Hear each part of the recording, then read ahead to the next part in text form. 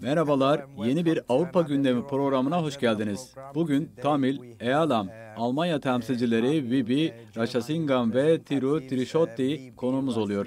Öncelikle bize katıldığınız için teşekkürler. Bizi konuk aldığınız için teşekkürler. Davetiniz için teşekkürler. Teşekkürler. Vibi ile başlayalım.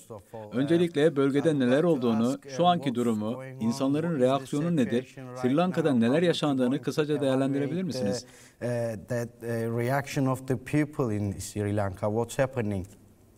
Okay, yeah. It's a pretty good question and we need to Evet, olup biteni iyi anlamamız için güzel bir soru. Bu protestolarda kimlerin yer aldığını iyi anlamamız gerekiyor. Colombo sokaklarındaki insanlar Sri Lanka halkından insanlardır. Sri Lanka'da şu anda yaşanan ekonomik krizin nedenine gelirsek, son 70 yıldır hükümetler halka değil silahlanmaya ve askeri alana yatırım yapıyor. Ve bunun neticesinde ortaya çıkan bir ekonomik çöküş görüyoruz. Ekonomik çöküş çok yüksek faiz oranları ve devlet politikalarıyla bağlantılı. Kind of erase the Tamil identity on the island, right? Which is basically the investments, the expenses, the costs, right? So taking a lot of loans, and being highly. Bu politikalarla Tamil kimliği yok edilmeye çalışıldı. Ülkede çok büyük bir yoksulluk ve halklara karşı ciddi bir baskı vardır. En basit temel yaşam giderlerini bile insanlar karşılayamaz bir halde. Petrol, gaz, elektronik eşyalar, yiyecek ve giyecek ithal edilemiyor şu anda. İnsanlar yoksulluk içerisinde ve mevcut hükümet desteğini tamamen yitirmiş durumdadır. Kimsenin günlük yaşam ihtiyacını karşılayacak alım gücü kalmamıştır.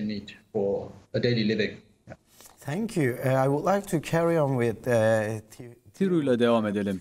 Thiru, en son yaşanan soykırıma ve Sri Lanka halkının duruşuna ilişkin bir sorun var. Sri Lanka halkı 2008-2009'daki soykırıma nasıl tepki verdi? Sri Lanka halkı bu planı destekledi mi?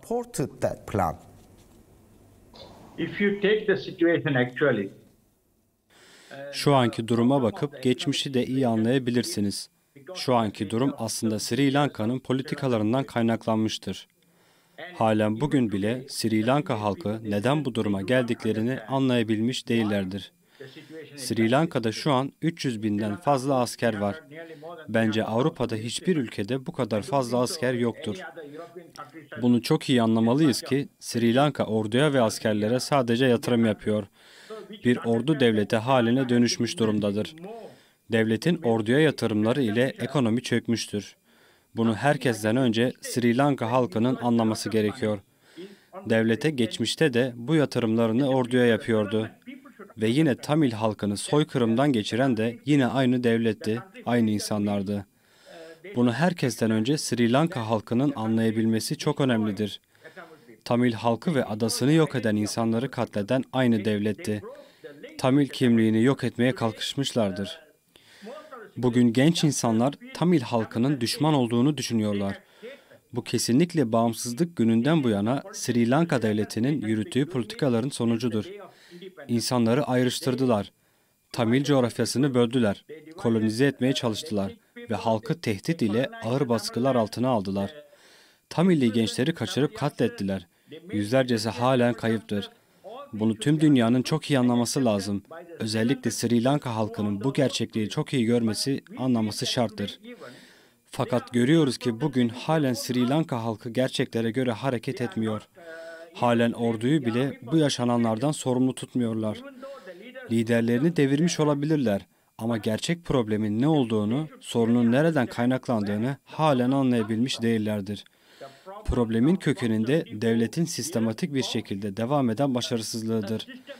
Sri Lankalılar, Tamil halkını yanlarına almaları gerekirken sorunun kökenini halen algılayabilmiş değillerdir. Thank you. Vibi, we're gonna carry on with you. Secondly, Teşekkürler. Bibi, yeniden sana dönelim.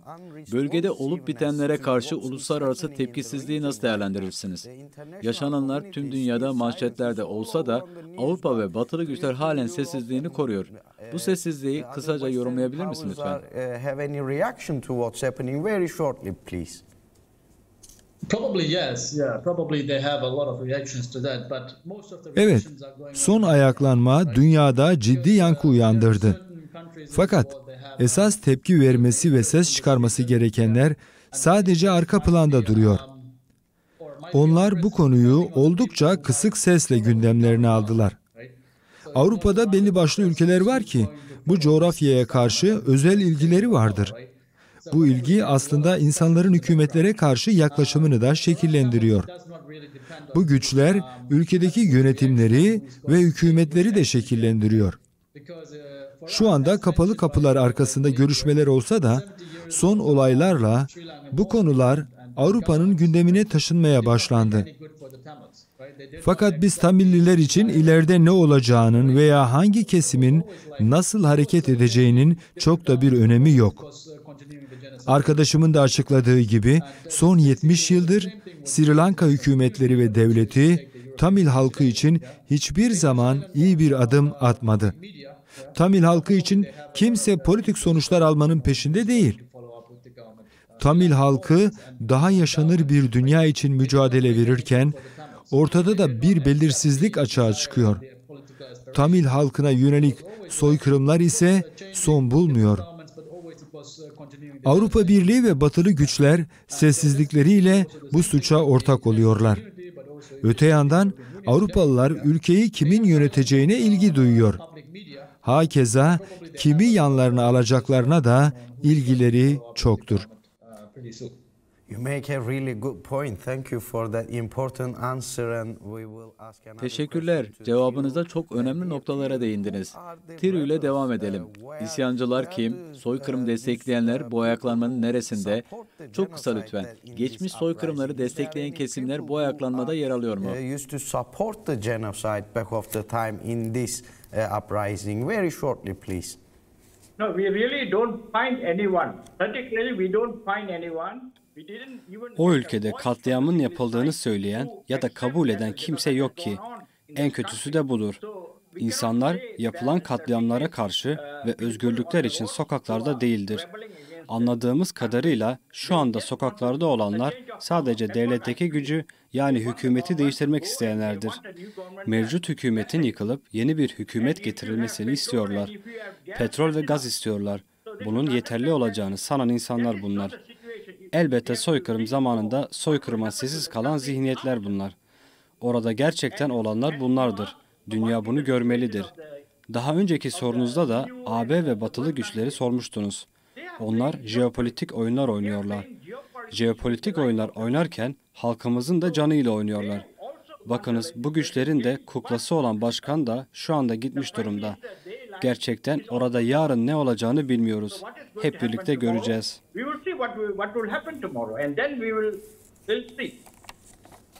Thank you, Thierry. Teşekkürler Tiru. Vibi, izleyicilerimizin konuya iyi hakim olmasını sağlamak için altını çizelim.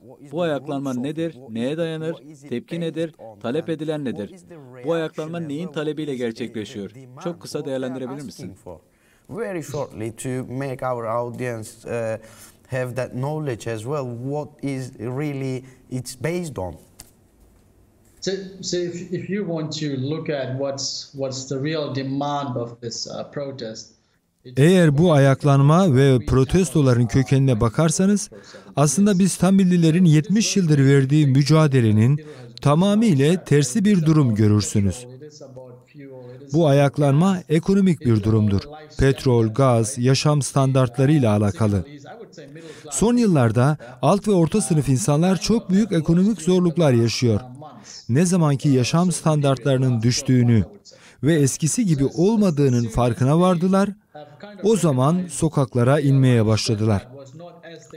Ben petrol istiyorum, gaz ve yiyecek istiyorum demeye başladılar. Hatta lükse kaçan şeyler bile talep ediyorlar. Bu ayaklanmalar özgürlük, eşitlik ve haklar için değildir. Günlük yaşamdaki yaşam standartlarını yükseltmeleri için halk sokaklara inmiş durumda. Bu nedenle bu ayaklanma bizim için çok da fazla bir şey ifade etmiyor. Tek bir slogan veya tek bir pankart bile Tamil halkına yapılan işkence ve soykırımları dile getirmiyor.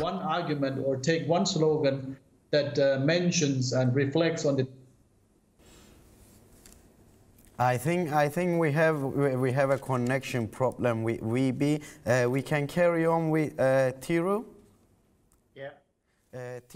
Vibi ile olan internet bağlantımızda bir sorun var. Thiru ile devam edelim. Bu örgütsüz bir halk ayaklanması mı? İçinde devrimci kesimler var mı? I don't feel there are any revolutionary people behind this uprising. Bu ayaklanmanın arkasında hiçbir şekilde devrimci bir duruş yoktur. Sadece ekonomik çıkarların peşinde olan bir kitle vardır. Bu insanlar halkın fakir kesimine sokaklardan eve gitme çağrısı yapıyorlar. Oysa gerçekten eve gitmesi gereken orada yönetim sistemdir. Sri Lanka devlet sisteminin eve gitmesi gerekiyor. Tüm Avrupa bunu çok iyi anlamak zorundadır. That should be understood by all European countries and also the international community.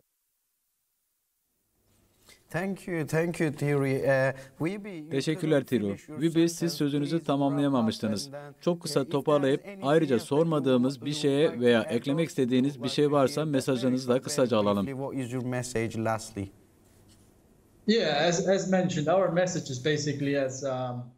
Evet, aslında Thiru'nun da söylediklerinin altını çizmek istiyorum. Bu protestolara yönelik mesajım şudur. Biz Tamillilerin anneleri 3 yılı aşkındır yollarda yürüyorlar.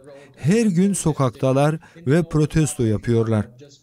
Kuzey Sri Lanka'da kaybolan aile üyelerini arıyorlar.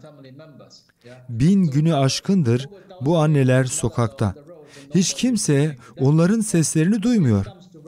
Ama ne zaman ki iş gaz ve petrol gibi günlük ihtiyaçlara geliyor, halk sokaklara inip protestolar yapıyor ve hükümeti değiştirmek istiyor. Son 70 yılda neler yaşandığı, bizlere neler yapıldığı asla unutulmamalı.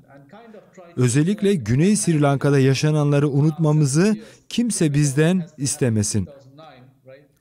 2009'da neler olduğunu düşünün. Eğer hükümetin veya rejimin değişmesini istiyorsanız, aynı zamanda devlet politikalarının da değişmesini isteyiniz. Sistemin de değişmesini talep ediniz. Birlikte nasıl yaşayabileceğimizin yollarını arayınız. Adada yapılan soykırımları da unutup yine de birlikte yaşamanın yollarını arayacaksanız buna da varız ama her şeyden önce bu soykırımları bir kenara itip Tamilliler yokmuş gibi saymaktan vazgeçmelisiniz.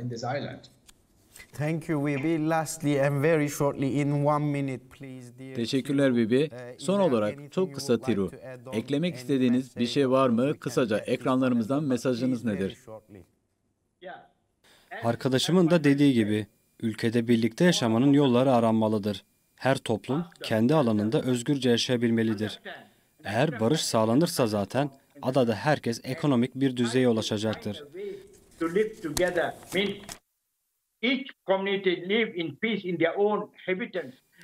Ekonomik sorunlar son bulacaktır. Fakat Tamillilere saygı duyulmalıdır. Yapılan soykırımlar kabul edilmelidir ve ülkede politik yapı tamamıyla baştan sona değiştirilmelidir.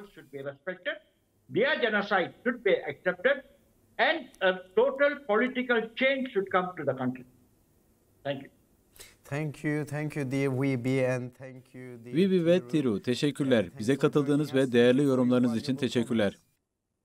Bizi konuk aldığın için ve söz hakkı verdiğin için teşekkürler. Today in another European agenda program we had Tamil. Avrupa Gündemi programında bugün Tamil, EALAM, Almanya temsilcileri Vibi Rajasingam ve Thiru Trishoti konumuz oldu. Bir sonraki programımızda görüşmek üzere.